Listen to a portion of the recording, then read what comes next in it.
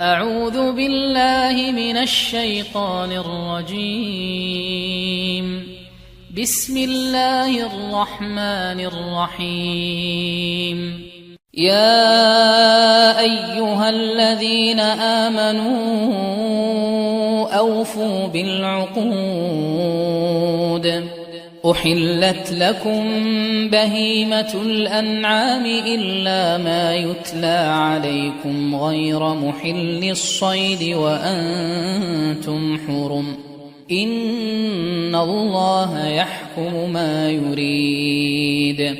يا أيها الذين آمنوا لا تحلوا شعائر الله ولا الشهر الحرام ولا الهدي ولا القلائد ولا آمين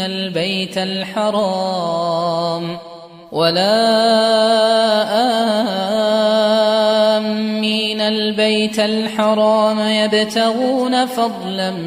من ربهم ورضوانا. وإذا حللتم فاصطادوا. ولا يجرمنكم شنآن قوم أن صدوكم عن المسجد الحرام أن تعتدوا. وتعاونوا على البر والتقوى ولا تعاونوا على الإثم والعدوان. واتقوا الله إن الله شديد العقاب. حرمت عليكم الميتة والدم ولحم الخنزير وما أهل لغير الله به والمنخنقة والموقوذة والمتردية والنطيحة وما أكل السبع إلا ما ذكيتم وما ذبح على النصب وأن تستقسموا بالأزلام ذلكم فسق. اليوم يئس الذين كفروا من دينكم فلا تخشوهم واخشون. اليوم أكملت لكم دينكم وأتممت عليكم نعمتي ورضيت لكم الإسلام دينا. فمن اضطر في مخمصة غير متجانف لإثم فإن الله غفور رحيم. يسألونك ماذا أحل لهم قل أحل لكم الطيبات وما علمتم من الجوارح مكلبين تعلمونهن مما علمكم الله فكلوا مما أمسكن عليكم واذكروا اسم الله عليه واتقوا الله إن الله سريع الحساب. اليوم أحل لكم الطيبات وطعام الذين أوتوا الكتاب حل لكم وطعامكم حل لهم. والمحصنات من المؤمنات والمحصنات من الذين أوتوا الكتاب من قبلكم إذا آتيتموهن أجورهن محصنين غير مسافحين ولا متخذي أخدان. ومن يكفر بالإيمان فقد حبط عمله وهو في الآخرة من الخاسرين. يا أيها الذين آمنوا إذا قمتم إلى الصلاة فاغسلوا وجوهكم وأيديكم إلى المرافق وامسحوا برؤوسكم وأرجلكم إلى الكعبين وإن كنتم جنبا فاطهروا وإن كنتم مرضى أو على سفر أو جاء أحد منكم من الغائط أو لامستم النساء فلم تجدوا ماء فتيمموا صعيدا طيبا فامسحوا بوجوهكم وأيديكم منه ما يريد الله ليجعل عليكم من حرج ولكن يريد ليطهركم وليتم نعمته عليكم لعلكم تشكرون واذكروا نعمة الله عليكم وميثاقه الذي واثقكم به إذ قلتم سمعنا وأطعنا واتقوا الله إن الله عليم بذات الصدور يا أيها الذين آمنوا كونوا قوامين لله شهداء بالقسط ولا يجرمنكم شنآن قوم على ألا تعدلوا اعدلوا هو أقرب للتقوى واتقوا الله إن الله خبير بما تعملون وعد الله الذين آمنوا وعملوا الصالحات لهم مغفرة وأجر عظيم والذين كفروا وكذبوا بآياتنا أولئك أصحاب الجحيم يا أيها الذين آمنوا اذكروا نعمة الله عليكم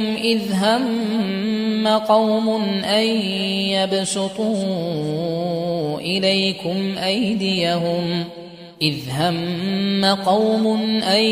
يبسطوا إليكم أيديهم فكف أيديهم عنكم واتقوا الله وعلى الله فليتوكل المؤمنون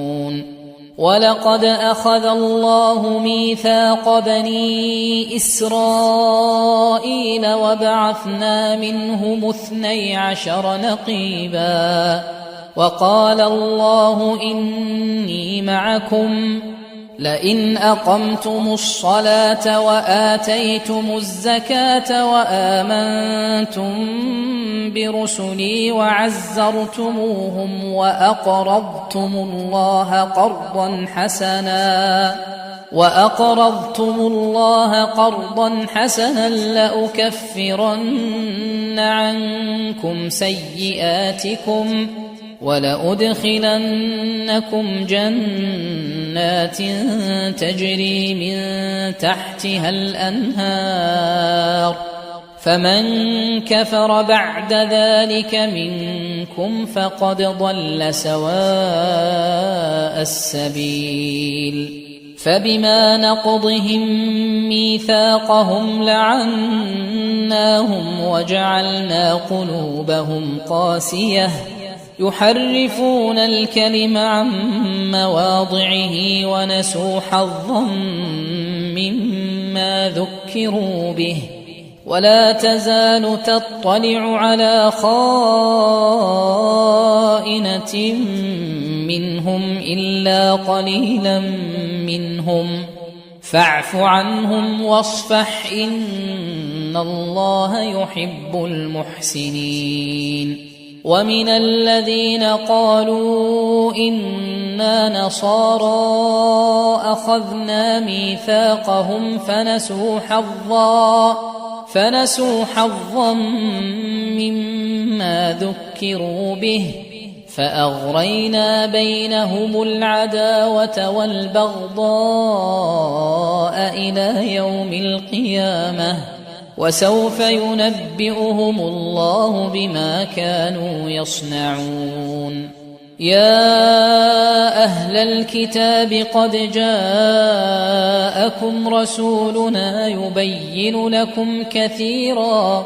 يبين لكم كثيرا مما كنتم تخفون من الكتاب ويعفو عن كثير قد جاءكم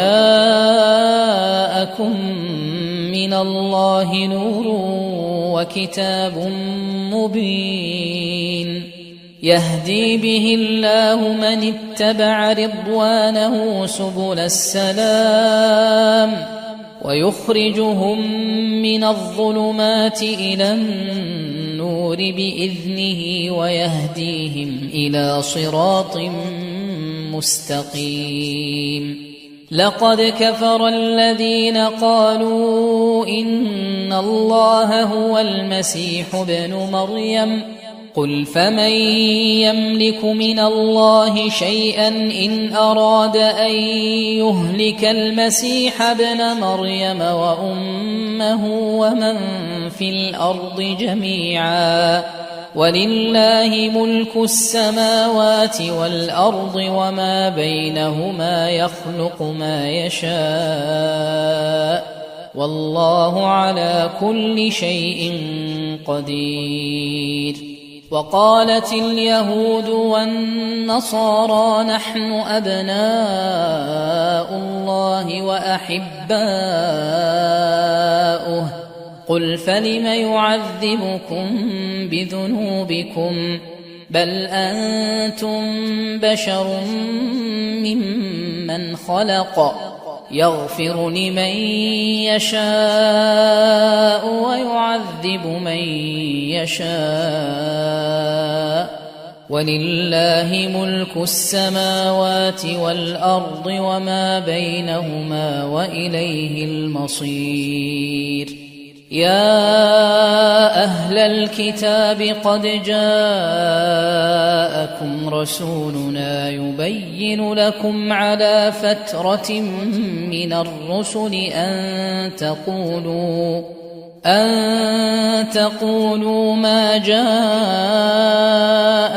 من بشير ولا نذير فقد جاءكم بشير ونذير والله على كل شيء قدير وإذ قال موسى لقومه يا قوم اذكروا نعمة الله عليكم إذ جعل فيكم أنبياء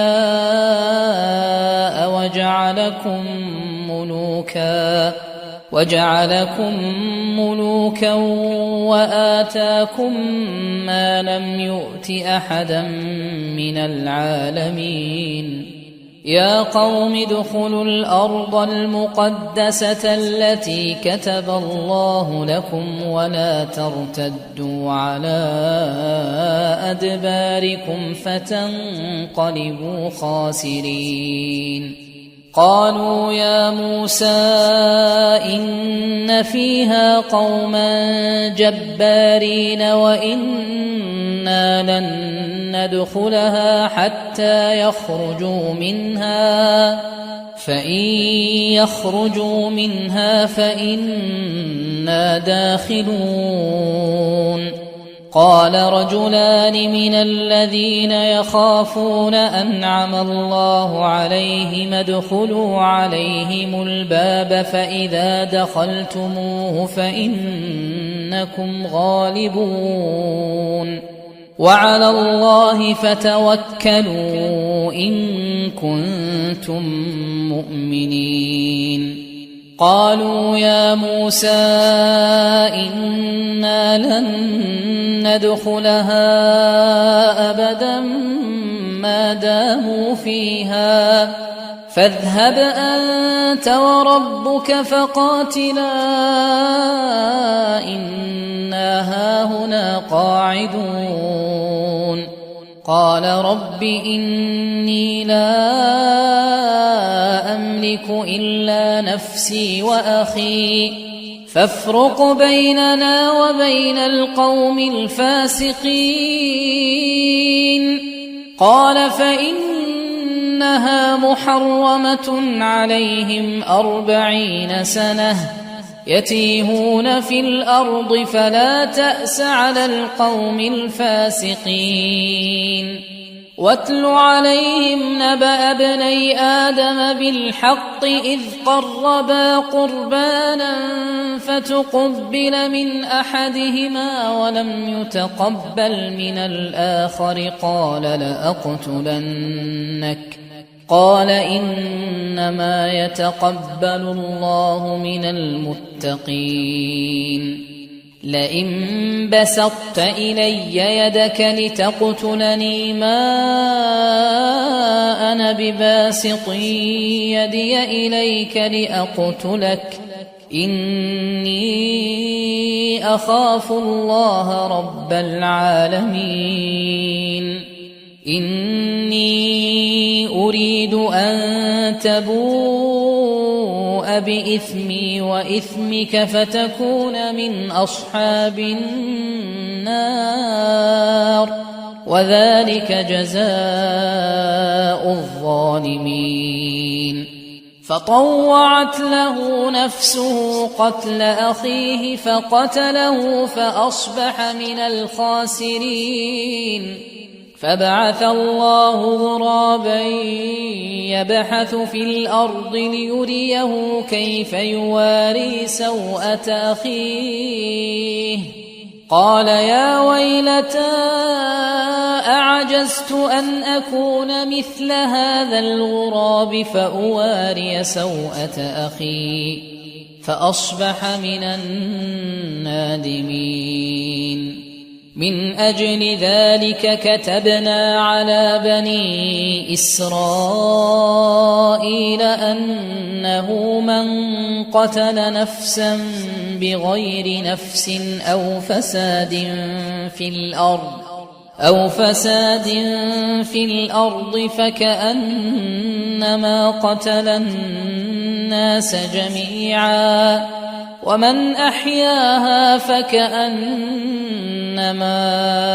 أحيا الناس جميعا ولقد جاءتهم رسلنا بالبينات ثم إن كثيرا منهم بعد ذلك في الأرض لمسرفون إنما جزاء الذين يحاربون الله ورسوله ويسعون في الأرض فسادا أن يقتلوا أو يصلبوا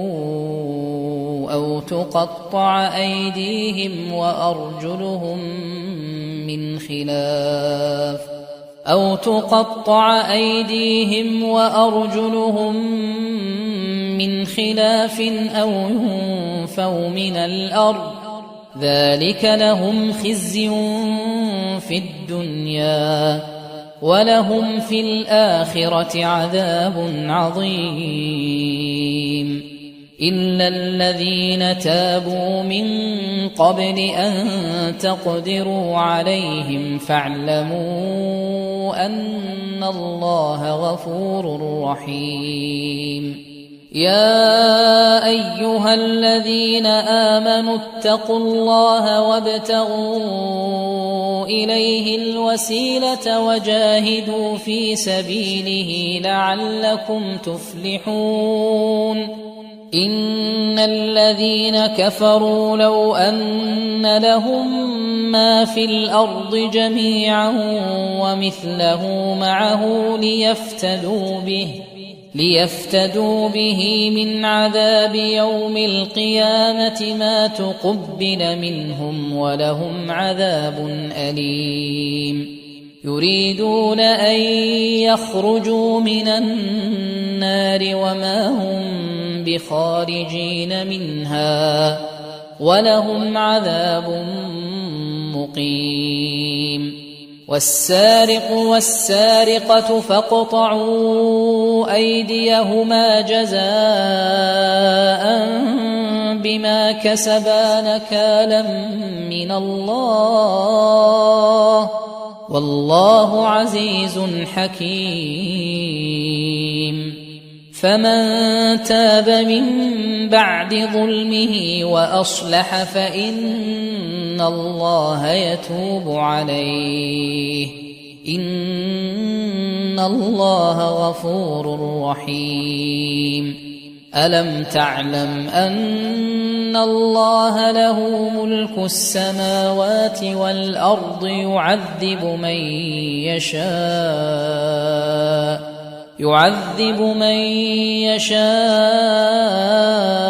ويغفر لمن يشاء والله على كل شيء قدير يا أيها الرسول لا يحزنك الذين يسارعون في الكفر من الذين قالوا آمنا بأفواههم ولم تؤمن قلوبهم ومن الذين هادوا سماعون للكذب سماعون لقوم آخرين لم يأتوك يحرفون الكلم من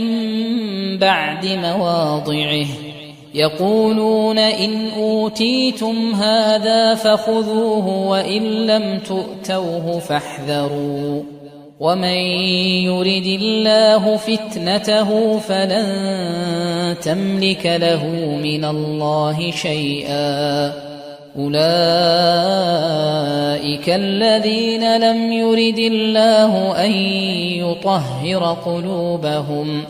لهم في الدنيا خزي ولهم في الآخرة عذاب عظيم سماعون للكذب أكالون للسحت فإن جاءوك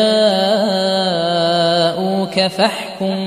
بينهم أو أعرض عنهم وإن تعرض عنهم فلن يضروك شيئا وإن حكمت فاحكم بينهم بالقسط إن الله يحب المقسطين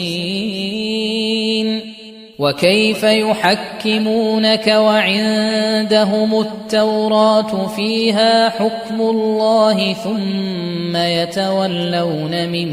بعد ذلك وما أولئك بالمؤمنين إنا أنزلنا التوراة فيها هدى ونور يحكم بها النبيون الذين أسلموا للذين هادوا والربانيون والأحبار بما استحفظوا من كتاب الله وكانوا عليه شهداء فلا تخشوا الناس واخشوني ولا تشتروا بآياتي ثمنا قليلا ومن لم يحكم بما أنزل الله فأولئك هم الكافرون وكتبنا عليهم فيها أن النفس بالنفس والعين بالعين والأنف بالأنف والأذن بالأذن والسن بالسن والجروح قصاص فمن تصدق به فهو كفارة له ومن لم يحكم بما أنزل الله فأولئك هم الظالمون وقفينا على آثارهم بعيسى ابن مريم مصدقا لما بين يديه من التوراة وآتيناه الإنجيل فيه هدى ونور ومصدقا لما بين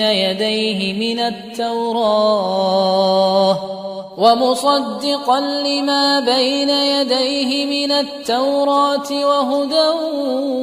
وموعظة للمتقين وليحكم أهل الإنجيل بما أنزل الله فيه ومن لم يحكم بما أنزل الله فأولئك هم الفاسقون وأنزلنا إليك الكتاب بالحق مصدقا لما بين يديه من الكتاب ومهيمنا عليه فاحكم بينهم بما أنزل الله ولا تتبع أهواءهم عما جاءك من الحق لكل جعلنا منكم شرعة ومنهاجا ولو شاء الله لجعلكم أمة واحدة ولكن ليبلوكم فيما آتاكم فاستبقوا الخيرات إلى الله مرجعكم جميعا فينبئكم بما كنتم فيه تختلفون وأن احكم بينهم بما أنزل الله ولا تتبع أهواءهم واحذرهم أن يفتنوك عن بعض ما أنزل الله إليك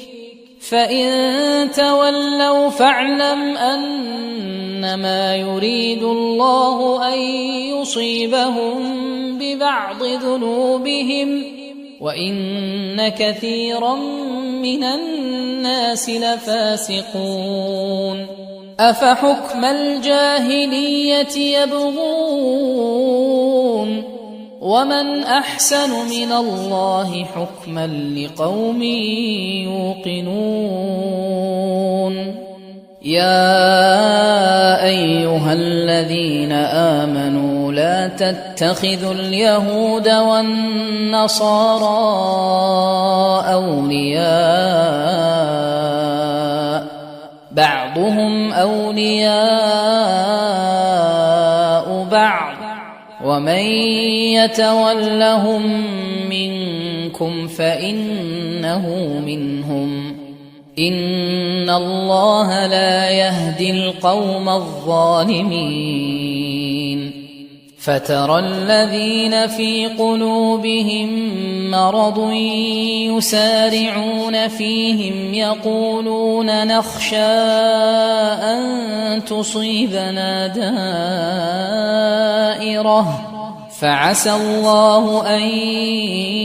يأتي بالفتح أو أمر من عنده فيصبحوا على ما أسروا في أنفسهم نادمين ويقول الذين آمنوا أهؤلاء الذين أقسموا بالله جهد أيمانهم إنهم لمعكم حبطت أعمالهم فأصبحوا خاسرين يا أيها الذين آمنوا من يرتد منكم عن دينه فسوف يأتي الله بقوم يحبهم ويحبونه أذلة على المؤمنين أعزة على الكافرين يجاهدون في سبيل الله ولا يخافون لومة لائم ذلك فضل الله يؤتيه من يشاء والله واسع عليم إنما وليكم الله ورسوله والذين آمنوا الذين يقيمون الصلاة ويؤتون الزكاة وهم راكعون ومن يتول الله ورسوله والذين آمنوا فإن حزب الله هم الغالبون يا أيها الذين آمنوا لا تتخذوا الذين اتخذوا دينكم هزوا ولعبا من الذين أوتوا الكتاب من قبلكم والكفار أولياء واتقوا الله إن كنتم مؤمنين وإذا ناديتم إلى الصلاة اتخذوها هزوا ولعبا ذلك بأنهم قوم لا يعقلون قل يا أهل الكتاب هل تنقمون منا إلا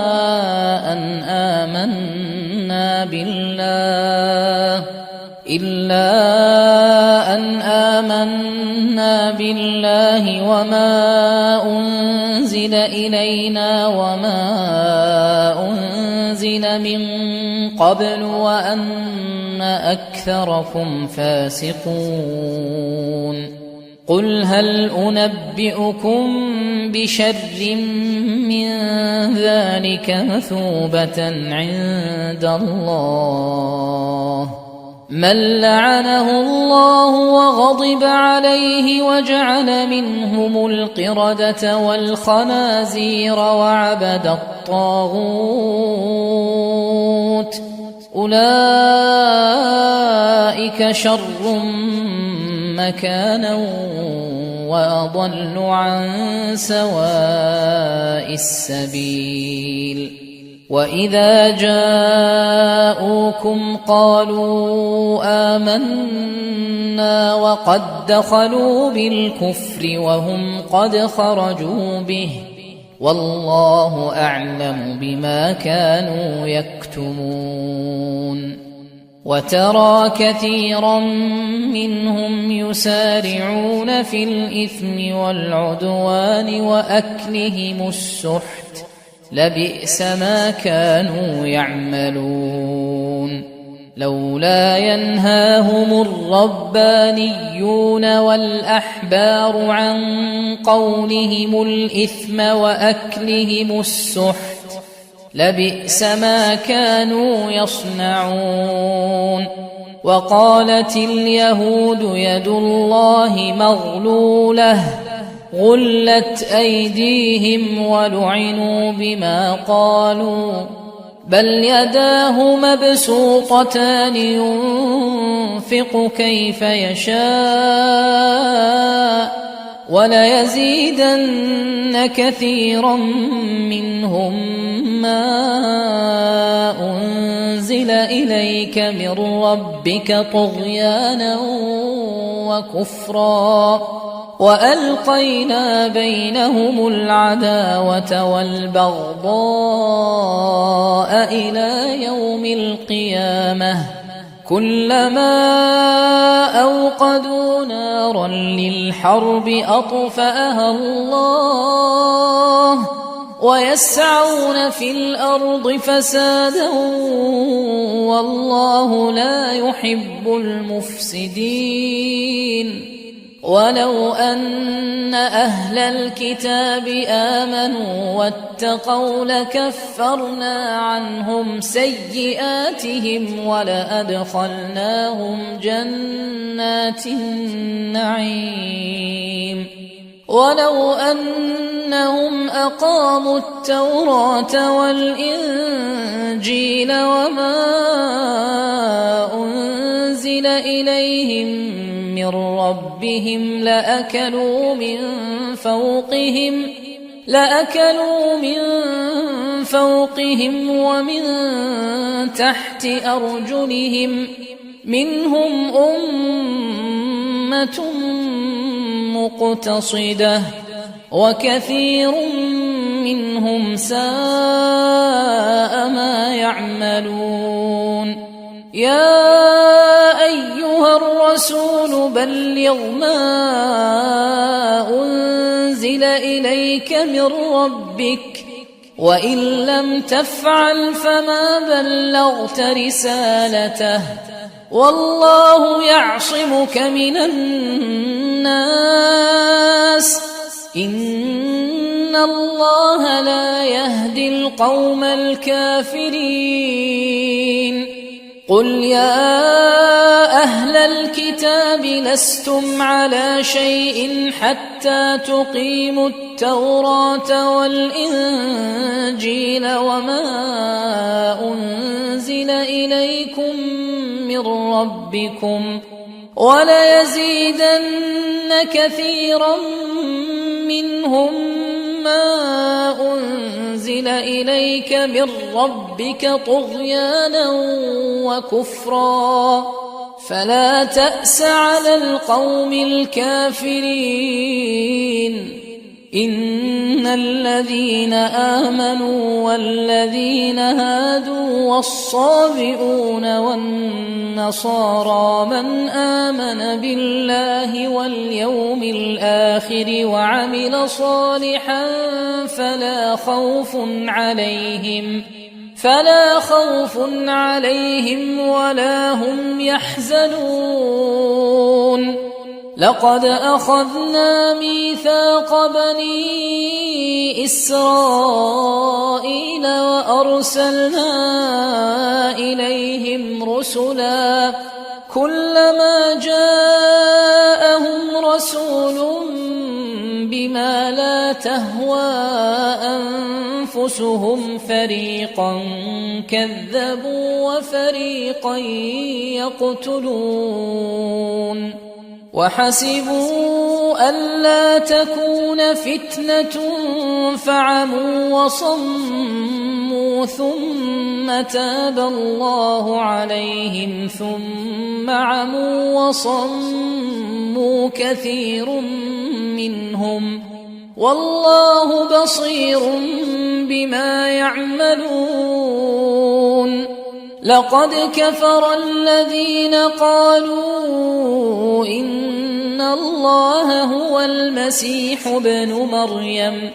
وقال المسيح يا بني إسرائيل اعبدوا الله ربي وربكم إنه من يشرك بالله فقد حرم الله عليه الجنة ومأواه النار وما للظالمين من أنصار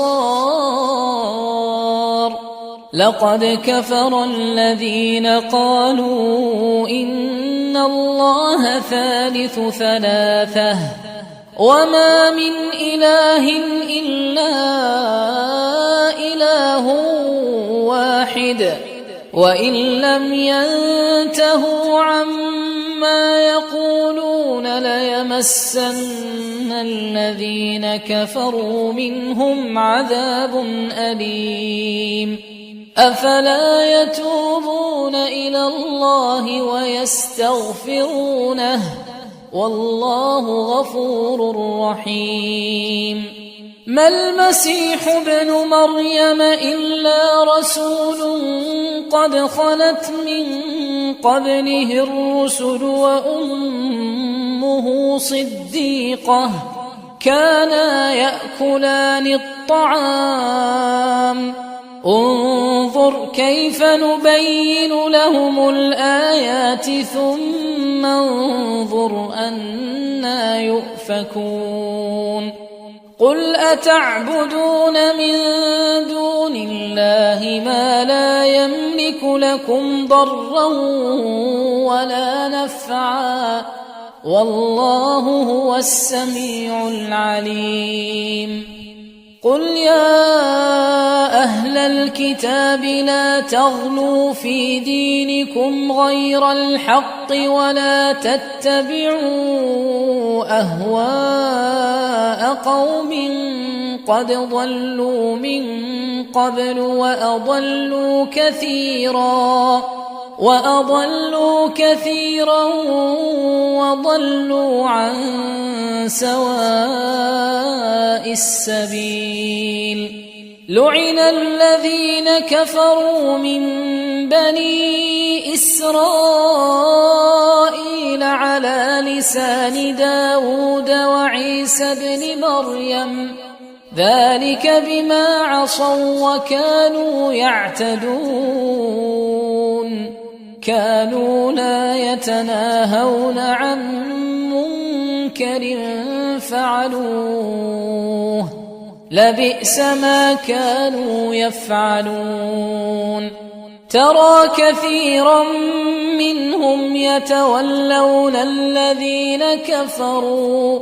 لبئس ما قدمت لهم أنفسهم أن سخط الله عليهم وفي العذاب هم خالدون ولو كانوا يؤمنون بالله والنبي وما أنزل إليه ما اتخذوهم أولياء ولكن كثيرا منهم فاسقون لتجدن أشد الناس عداوة للذين آمنوا اليهود والذين أشركوا ولتجدن أقربهم مودة للذين آمنوا الذين قالوا إنا نصارى ذلك بأن منهم قسيسين ورهبانا وأنهم لا يستكبرون وإذا سمعوا ما أنزل إلى الرسول ترى أعينهم تفيض من الدمع مما عرفوا من الحق يقولون ربنا آمنا فاكتبنا مع الشاهدين وما لنا لا نؤمن بالله وما جاءنا من الحق ونطمع أن يدخلنا ربنا مع القوم الصالحين فأثابهم الله بما قالوا جنات تجري من تحتها الأنهار خالدين فيها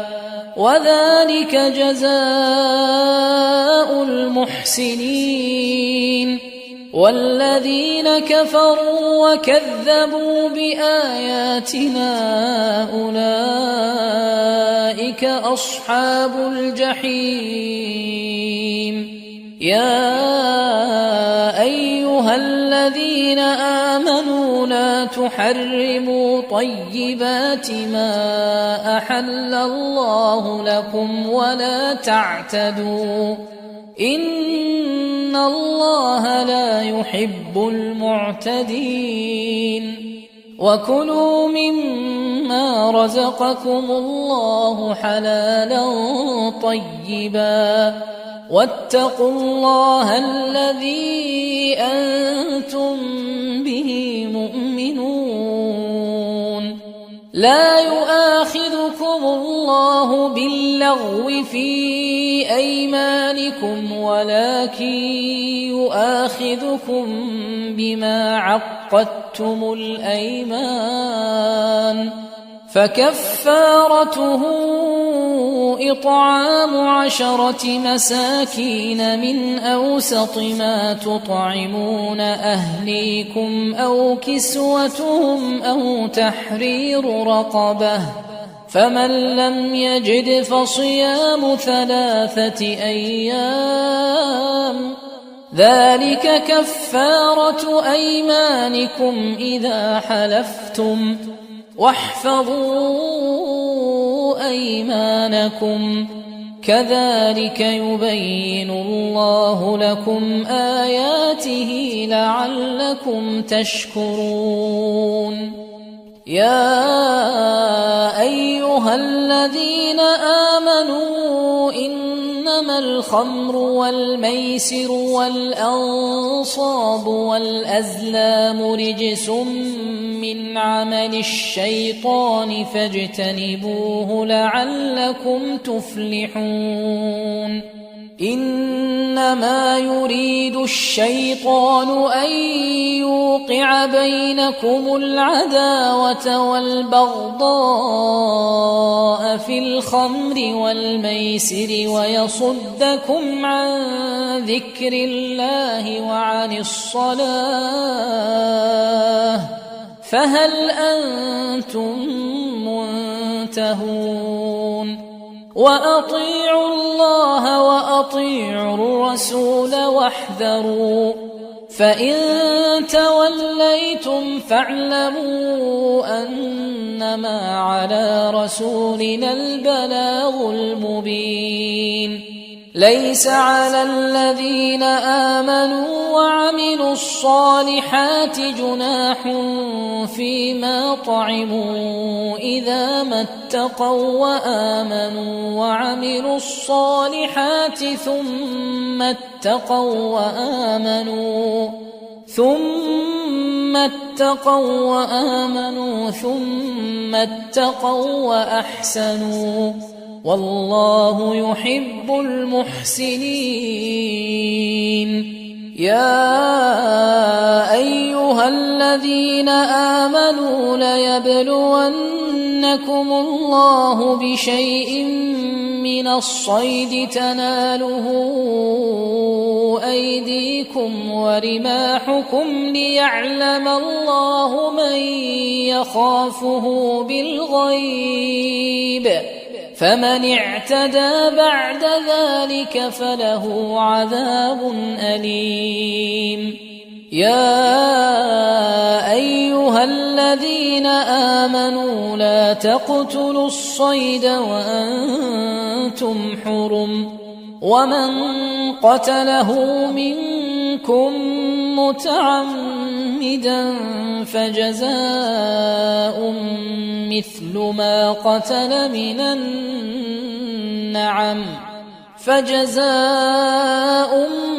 مثل ما قتل من النعم يحكم به ذوى عدل منكم هديا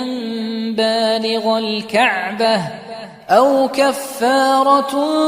طعام مساكين أو عدل ذلك صياما ليذوق وبال أمره عفى الله عما سلف ومن عاد فينتقم الله منه والله عزيز ذو انتقام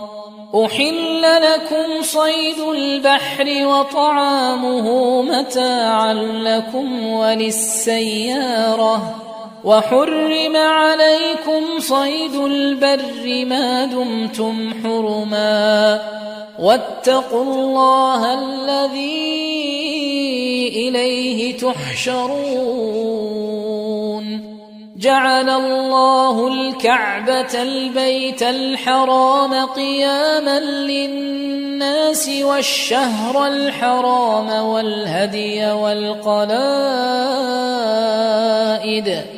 ذلك لتعلموا أن الله يعلم ما في السماوات وما في الأرض وأن الله بكل شيء عليم.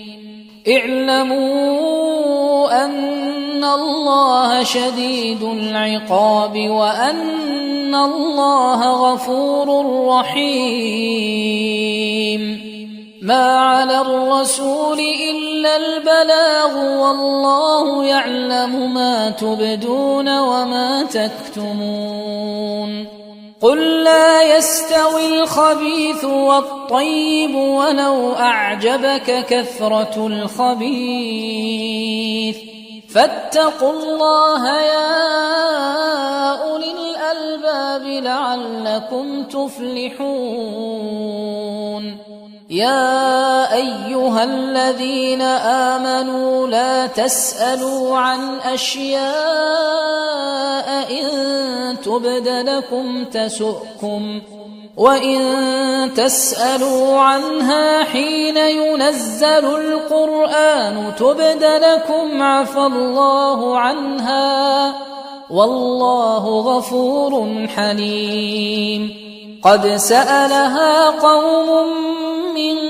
قبلكم ثم أصبحوا بها كافرين. ما جعل الله من بحيرة ولا سائبة ولا وصيلة ولا حام ولكن الذين كفروا يفترون على الله الكذب وأكثرهم لا يعقلون. وإذا قيل لهم تعالوا إلى ما أنزل الله وإلى الرسول قالوا حسبنا ما وجدنا عليه آباءنا أولو كان آباؤهم لا يعلمون شيئا ولا يهتدون. يا أيها الذين آمنوا عليكم أنفسكم لا يضركم من ضل إذا اهتديتم إلى الله مرجعكم جميعا فينبئكم بما كنتم تعملون. يا أيها الذين آمنوا شهادة بينكم إذا حضر أحدكم الموت حين الوصية اثنان ذوى عدل منكم أو آخران من غيركم إن أنتم ضربتم في الأرض فأصابتكم مصيبة الموت تحبسونهما من بعد الصلاة فيقسمان بالله إن ارتبتم لا نشتري به ثمنا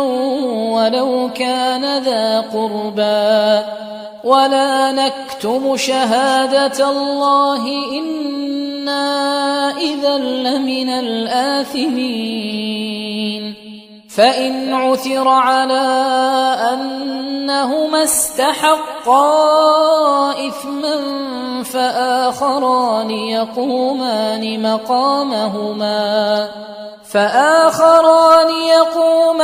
مقامهما من الذين استحق عليهم الأوليان فيقسمان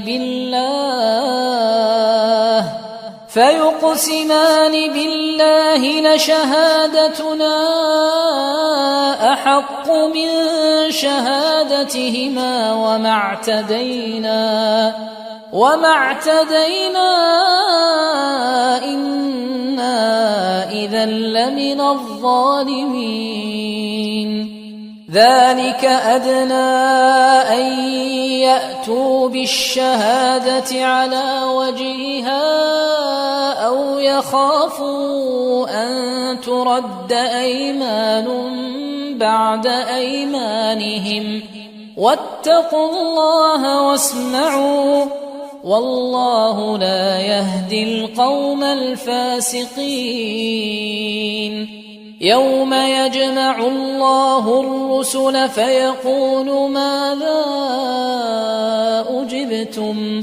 قالوا لا علم لنا إنك أنت علام الغيوب إذ قال الله يا عيسى ابن مريم اذكر نعمتي عليك وعلى والدتك إذ أيدتك بروح القدس تكلم الناس في المهد وكهلا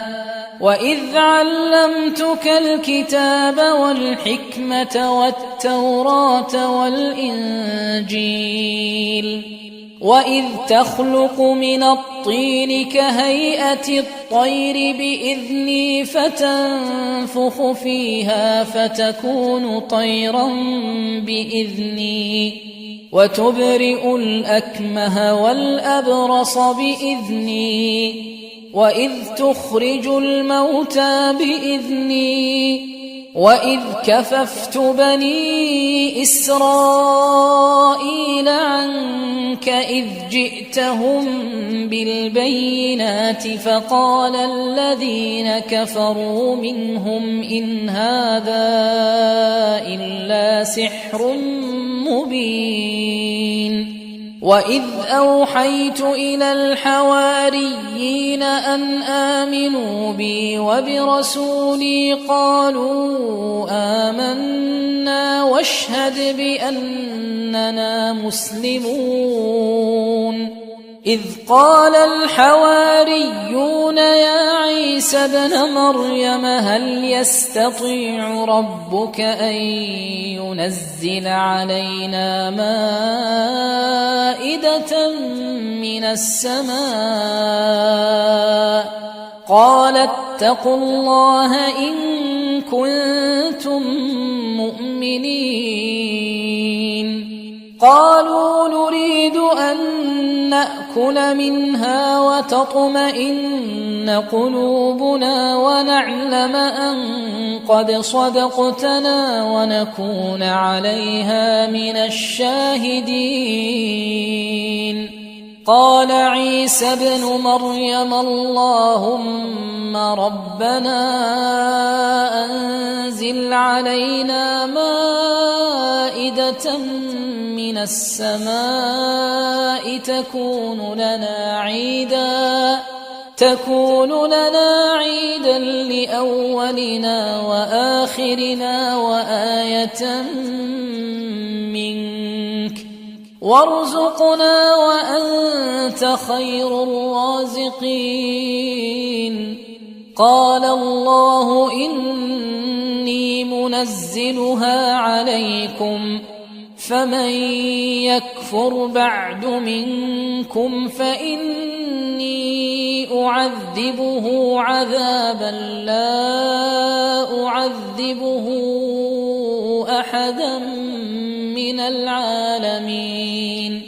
وإذ قال الله يا عيسى ابن مريم أأنت قلت للناس اتخذوني وأمي إلهين من